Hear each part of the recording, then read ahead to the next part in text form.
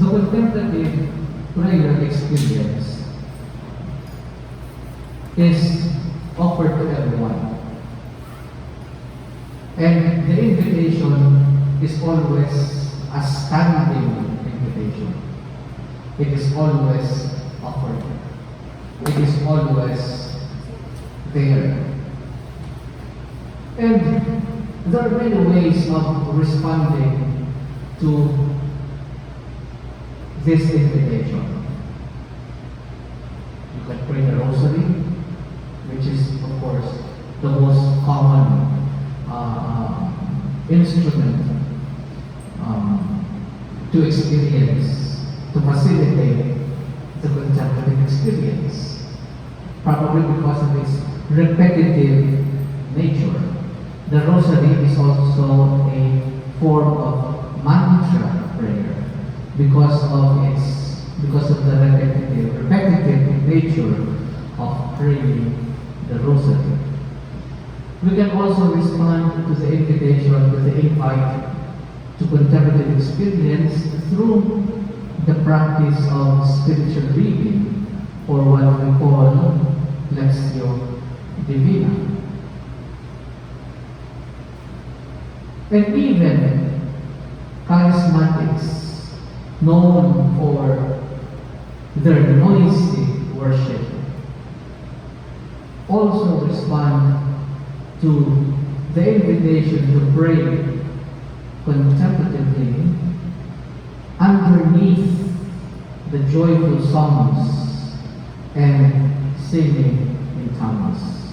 So just because they are charismatics and they pray in a very lively, jovial, jubilant, and noisy kind of way, they can also respond to the invitation to create an oasis of quiet and peace underneath the joyful songs and singing in tongues. What does this reveal to us? It only proves to us that it is God who invites. And whoever God invites, God will give the grace to the person or community to respond accordingly. God's grace is always at work. It is always at work in the invitation, in the response, and in our perseverance. Many of you here are products of the charismatic movement. And some of you here are still active in the charismatic renewal.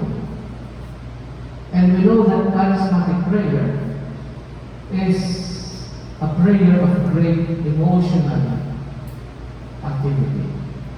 It is a prayer of great emotional activity. Songs, jumping, action. It's a very physical, external way of praying.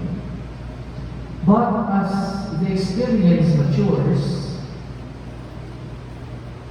the prayer, the one who prays in a charismatic, physical, verbal, noisy way, will soon realize that there is an inclination towards a more silent way of praying.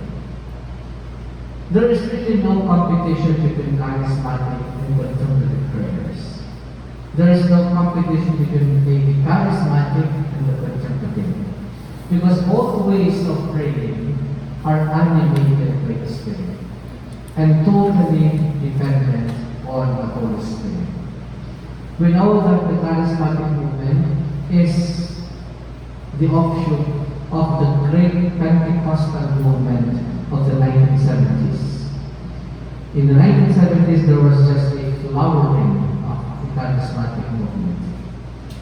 This was a time of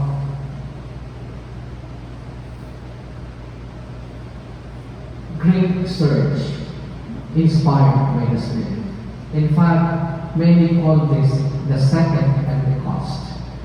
In the late 60s until the early 70s, there was just a variety of expressions where the charismatic way of praying was idolized, became the measure, the standard of arriving at a more authentic and genuine experience of God. So both charismatic and contemplative prayer are dependent and animated on the Spirit, by the Spirit, dependent on the Holy Spirit. And why am I saying this? I'm saying this because there are many from the charismatic renewal who are slowly experiencing the attraction of silence, who are slowly being lured into silence. And I think this is a sign of maturity. And this is also a kind of Pentecost. Because Pentecost is not just the dramatic arrival of the Holy Spirit. It can also be the simple, gentle arrival of the Spirit that happens in the silence and quiet of the contemplative time. The aim of contemplative prayer is not the practice. The aim of contemplative prayer is not the method or the technique. It is not an experiment that seeks to perfect the tools. Will the mantra work? In contemplative prayer, we don't do test flying. We don't do road test. Is my car roadworthy? Is my aircraft going to receive the clearance from the government to fly commercially? That is not the case with contemplative prayer. We do not do test flights or road tests. We're not trying to check the workability or durability of a particular method or technique. The aim of contemplative prayer is God Himself. It is not the technique. Will it work? Will it take off?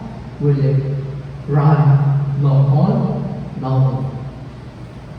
Our goal is God. Because it is God who makes things happen. It is God who will give us our final mark, whether we pass our road test or test flight or not. It is God who decides if we have flown and we fly, if we have driven or we drove or we tried. So the aim is God Himself. The aim is union with Him. And the experience of this here and now is what we call prayer. The experience of this union with God here and now is what we call contemplative prayer. And so the benefits, the consolations, the inspiring feelings are mere accidentals, mere frosting, mere icing. And they should not overshadow the action of God.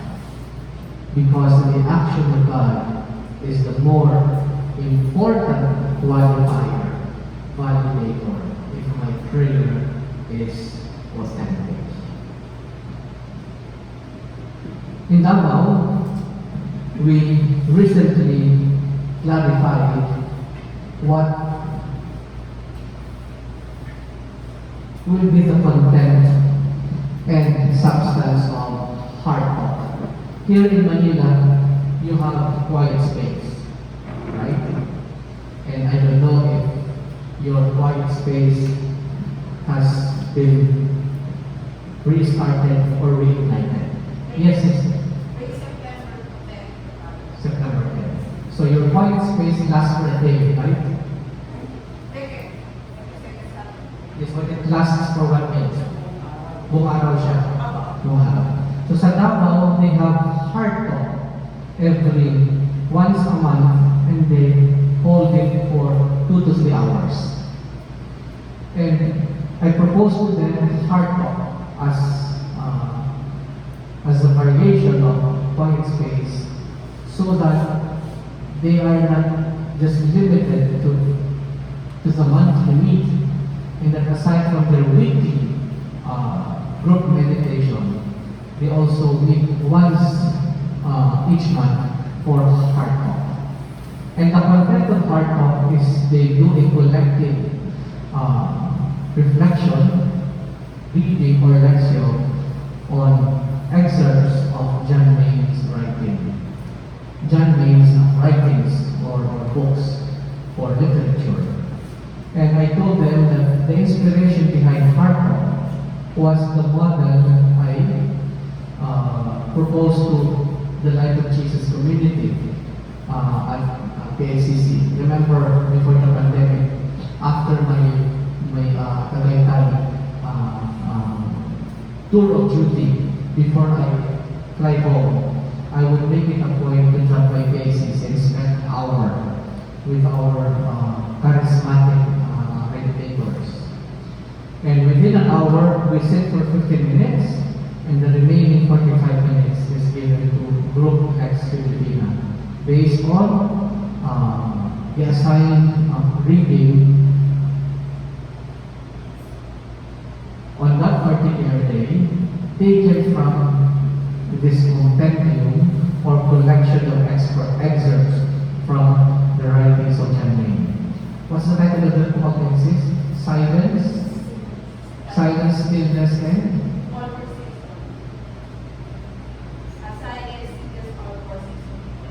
yung 65 days. Okay. So yun ang pinaka-content ng heart talk ng Davao. Why am I saying this? You know, when you pray as a group or when you pray as a community, you are able to meditate better.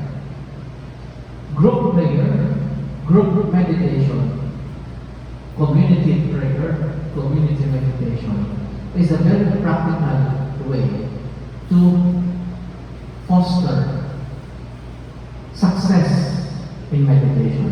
If at all there's anything like a successful meditation. I hesitate to call it successful or success because we know from experience we do not always succeed or we rarely succeed in our meditation. If success is meant by, if what is meant by success is the absence of distraction. Because there's never a time in our meditation when we are not distracted. But prayer in group, meditation in group as a community helps us meditate better. And in a group meditation, there is a big sense of support because there is a sharing of resources, not so much a sharing in terms of financial or material resources, but in terms of sharing experience, especially the experience of failure, especially the experience of failure. Because in meditation, there's no such thing as success. There's no such thing as success. Hindi rin naman pwedeng puro failure.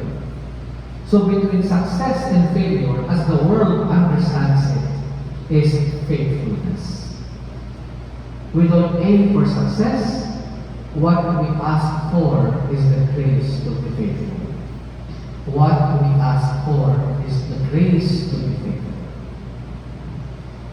Success in terms of absence of thoughts, absence of distractions, success in terms of healing ourselves tell ourselves, I got it, I got there,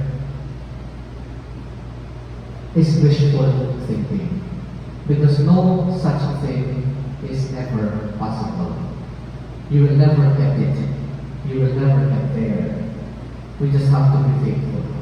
And faithfulness in terms of daily practice is to go back to the Word. Faithfulness not just in time, not just in terms of time and place, not just in terms of dailiness, but faithfulness most especially during the time of meditation by going back to the Word. So faithfulness has a broader scope. It is not just faithfulness to daily practice, it is not just faithfulness to time and place, but it has a more narrow down sense, which is faithfulness to the Word whenever we meditate. Keep going back to the Word. And when we share experience, and when we hear other people's experience, it helps convince us not to give up. It helps convince us not to give up. Because our typical attitude is, what is in it for me? If there's nothing in it for me, why bother? Why bother? But our analytical, probing, measuring, consuming minds would always look at the benefit. And when the benefit is nil, when the benefit is zero, then we say, what's in it for me? If there's nothing in it for me, then let's fold up. Let us fold up, let us share it. But you see, that is not what meditation is about. It's not about convenience. It is not about benefit. It is not about profit. It's not about what is in it for me. But it is about our faithfulness to follow, to be led by the action of the Spirit. So the classic format in group meditation is always to begin with sitting. So when you do quiet space, when you do heart talk, or whenever you decide to gather as a community in small, medium, large groups, always begin with sit. Always begin with sit. And the sit can range between 10 to 20 minutes. It depends on how much time is available to you. But for a regular 1 hour meet, whenever this is possible, and whenever this is the only time possible, start with the sit, which could last from 10 to 20 minutes. But I think 15 minutes sit is a credible, reliable, doable experience. And then start reading from January. Start reading from January. An excerpt from that compilation or correction assigned for a specific day would be a good kickoff. So read from January. And then share. Sit, read, share. Sit, read, share. And share experience. Share experience. You need to say what touched you, what moved you, based on what you heard. Based on what you heard from the reading assigned for a particular day. Remember, your sharing should not turn out to be a therapy session. Your sharing should not end up like it is a therapy session. Of course, you may share problems, hindi may iwasan yun. Kasi nga, di ba, kailangan relevant sa buhay. Kailangan na-touch ka o na-move ka. What if may dinadala ka? May dinadala ka. Kaya ka na-move. It's alright to share your problem.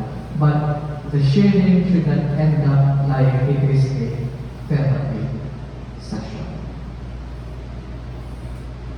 Because what we want to share during our Heartspace and during our heart talk in quiet space are ultimately experiences in our effort to meditate. Share your experiences in your effort to meditate. The struggles, what inhibits you, the blockages, the hindrances, the meditations, and so on. So, share experiences related to your effort to meditate. Related to your effort to meditate. And there shouldn't be a monopoly of one speaker. And so it's important that the moderator is able to control the flow of thoughts and ideas. That it doesn't become an exclusive airtime of one meditator. That it doesn't become your program, my show, that everybody are just there listening and awestruck by the spectacle of listening to you. So no grandstanding. No grandstanding. So just share simply, share from the heart, and allow the experiences shared move and touch you to persevere, not to give up on your meditation. Whenever we hear others, we are encouraged. We are encouraged to keep on keeping on. This is a classic John May expression. To keep on keeping on. So whenever we hear others, whenever we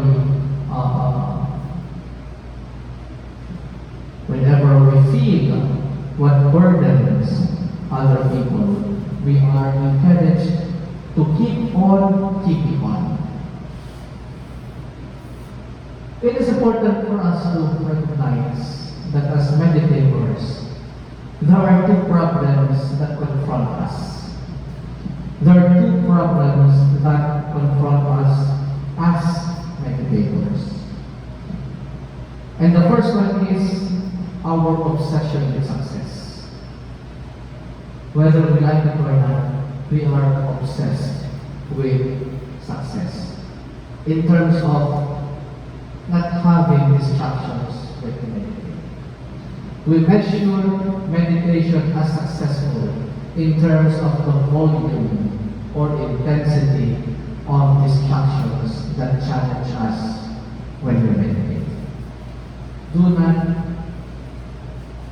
get yourself fixed on this obsession. Because as I have said earlier, there is no such thing as success in terms of absence of distractions. So do not preoccupy yourself with this.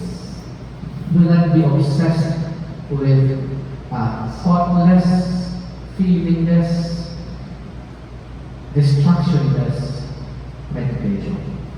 Because there will always be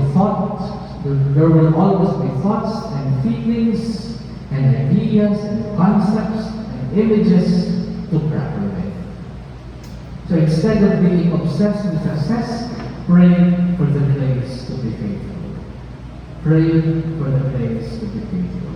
And this is a humbling posture. This is a posture of humility to beg God to give you the grace of faithfulness. Because left to ourselves with our limited resources and devices, we cannot do that much. We cannot do sustain us. And it is God's grace that will give us the strength to persevere and to be faithful. The other problem that confronts meditators is the desire for extraordinary religious experience. The desire for extraordinary religious experience. Lumulutang ba ako? Nagre-levitate ba ako? Nag-ecstasy na ba ako? Kung yan ang hinahanap mo, hindi mangyayari yan. That will not happen. Because the more you desire these extraordinary manifestations, the more it will be withheld from you. God will withhold this from you. Because these are not the end all and be all of meditation. In meditation, we recognize the experience as pure grace, pure gift. An experience that is not man-made. An experience that is not the product of our fabrication. Not a product of our design. Not a product of our own craftiness. So these are two problems we need to watch out for, that these problems do not become hindrances or blocks to a genuine, authentic experience of God. First, the obsession with success and the desire for extraordinary religious experience. That's why whenever I hear a meditator share na, may nakita akong ilaw. Wow. May nakita akong mga geometric figures. O may nakita akong mukha. I tell them, well, those are distractions. And just ignore what you saw, what you heard, what you felt. Because what matters during the time of meditation is your faithfulness to the mantra.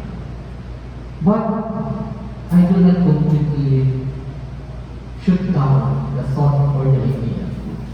I tell them, go back to it outside the time of meditation. Kung may nakita kang ilaw, may nakita kang mukha, meron mong kakaibang sensation, huwag mo siyang i-entertain during the time of meditation. I-bracket mo muna siya. I-parenthesis mo muna siya. I-closet mo muna siya.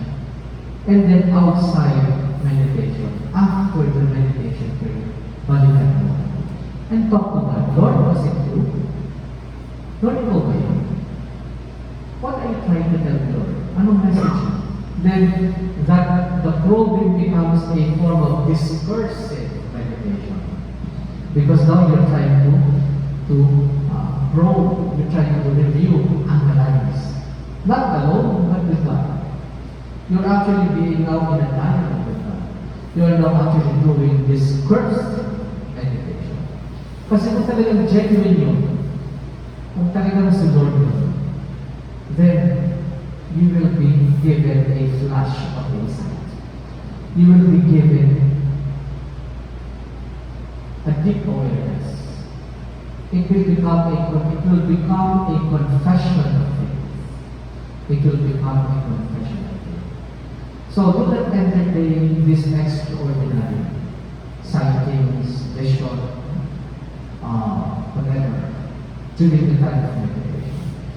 Because during the time of meditation, outside the mantra, everything is distraction. It is everything outside the mantra is a potential distraction. But as I have said, if it is really genuinely the Lord interacting with you, you can always go back to it. Lord, was it you? Lord, what are you trying to tell me? Lord, what do you want me to know? Lord, what are you revealing to me? What are you trying to challenge me? What are you trying to oppose in me? What are you trying to awaken in me? So the questioning now becomes a dialogue. And that is also a valid prayer. That is also a valid expression of contemplative insight. A valid expression of contemplative dialogue and conversation with God. In group community meditation, as affirmed by John Lane, when he said, meditation creates and recreates community,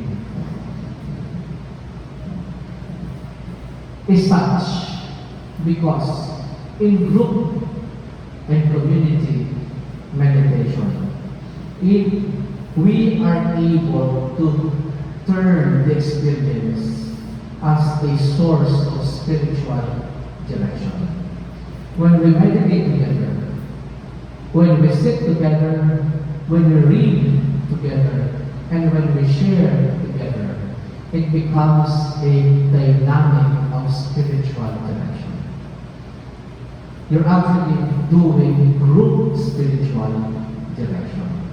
Because spiritual direction is about knowing the hand of God and seeing the hand of God and wisdom at work in the small stuff of life. Group spiritual direction helps appreciate one's experience. When we hear others, then we learn to appreciate what we have. When we hear ourselves as we share, others also appreciate their experience. So there is a mutuality. On hearing others, we appreciate what we have. In sharing what we have, others appreciate what they have. And that is spiritual direction. Spiritual direction is simply learning to appreciate our experience of God. And knowing that God is in every fiber, every detail of our spiritual experience. This is important that we find spiritual direction in group and community meditation. Because, let's face it is hard to find someone who understands silent prayer. It's not easy to find people who understand silent prayer. Even among priests, even among religious, there is a limited supply of people who really understand what silent prayer is. Lawrence Freeman said, silence is the deepest, completest way of understanding reality. Silence is the deepest, completest way of understanding reality. So this is something we think we already know and we tend to overlook. But this is one truth, one spiritual fact in meditation that we cannot afford to take for granted, that we cannot afford to dismiss as something familiar. This is a reality we need to be reminded of over and over again.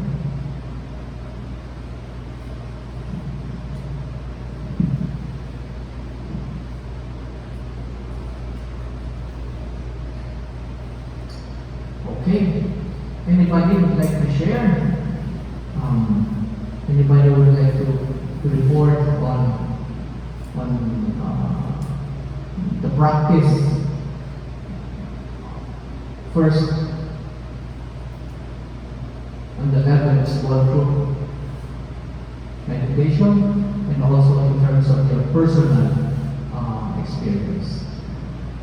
For those of you who read online, how has it been going so far? And for those of you who have slowly reverted back to face-to-face group meditation, how has it been? How has the experience been? Or the experiment been? And in terms of your personal daily discipline. Anybody?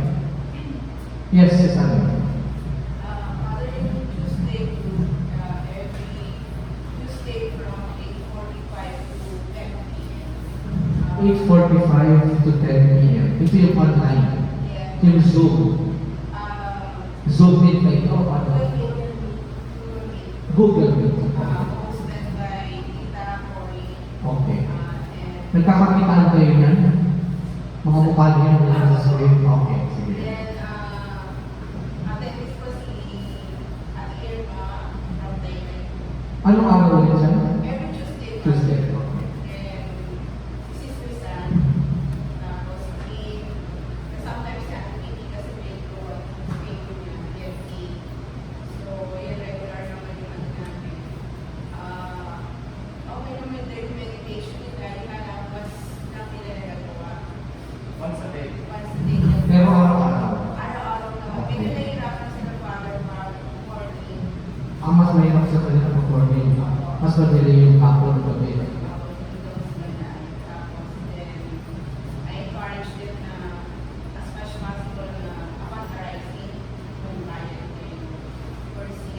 Mm.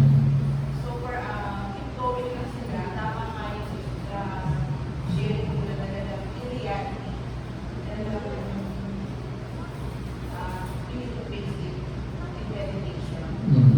Based on my experience in my meditation learning,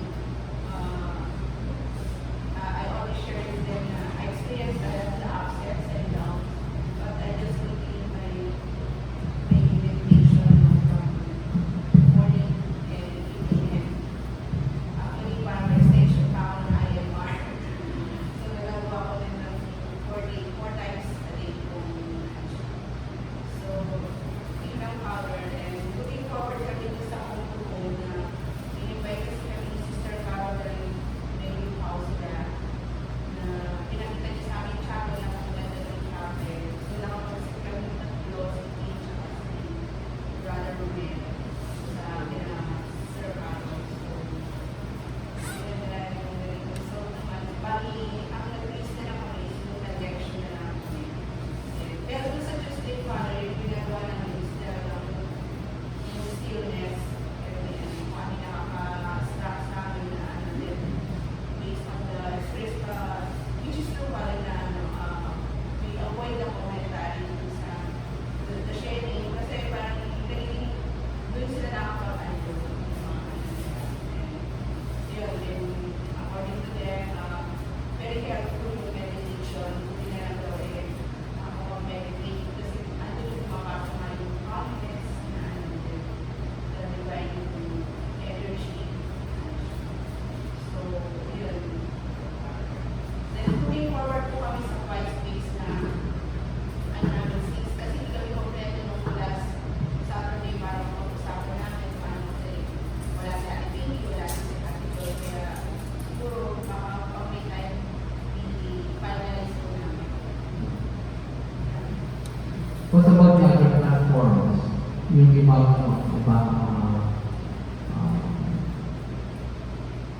expressions? Yung mga hindi nakaka-join sa inyo? I'm sure meron yung iba they're able to find time and find other Yung pinaka-enjoy every Thursday sila. every Thursday naman. Sila, kaya Do you also be online as well? Wala pa naman face-to-face sa inyo?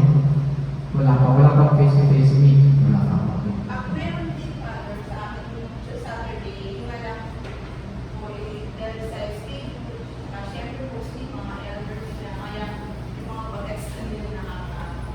Siguro yung sa Heartspace siguro. caution everybody to really be prudent. When it's not safe to meet face to face, there is another platform or venue to sustain the practice. I trust your judgment. I trust your ability to discern. We have to put our safety uppermost and foremost. Now, when it's possible to meet face to face, okay, but still proceed with care and caution. Because we don't want people getting sick. And we don't want another round of lockdown. Because we can afford it. We can afford it. Our country, the world has suffered tremendously already. So we just have to do our part, do our share by self-regulation. So that our collective safety is protected and guarded. In fact, why am I asking you this? Because I am going full-time in Heartspace. This is going to be my work now. I was given the clearance and the permission by the community to really go full-time in Heartspace because they have recognized that it has expanded, it has grown tremendously.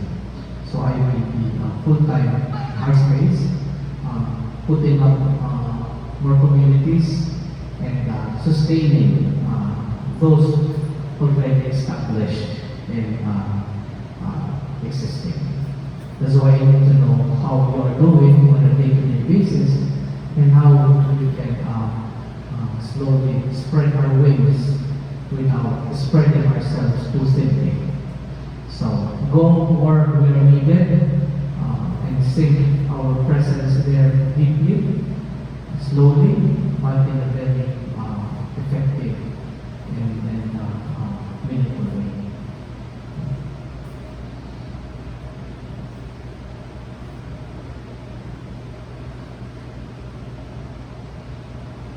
Okay, wala na.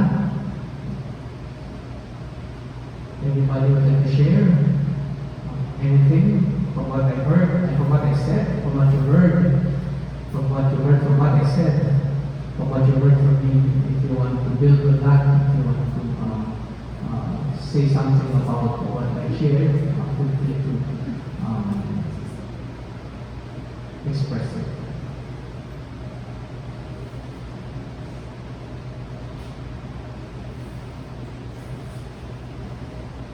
Okay, wala na. So what's next, Sis Joy? Preparation of the Preparation of